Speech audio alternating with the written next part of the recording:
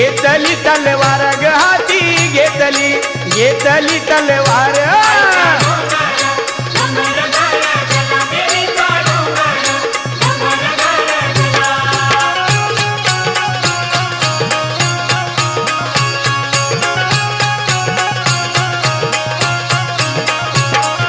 गडाच्या पाय थ्याला आईना मारिला महिषासूर ग देवीनं मारिला महिषासूर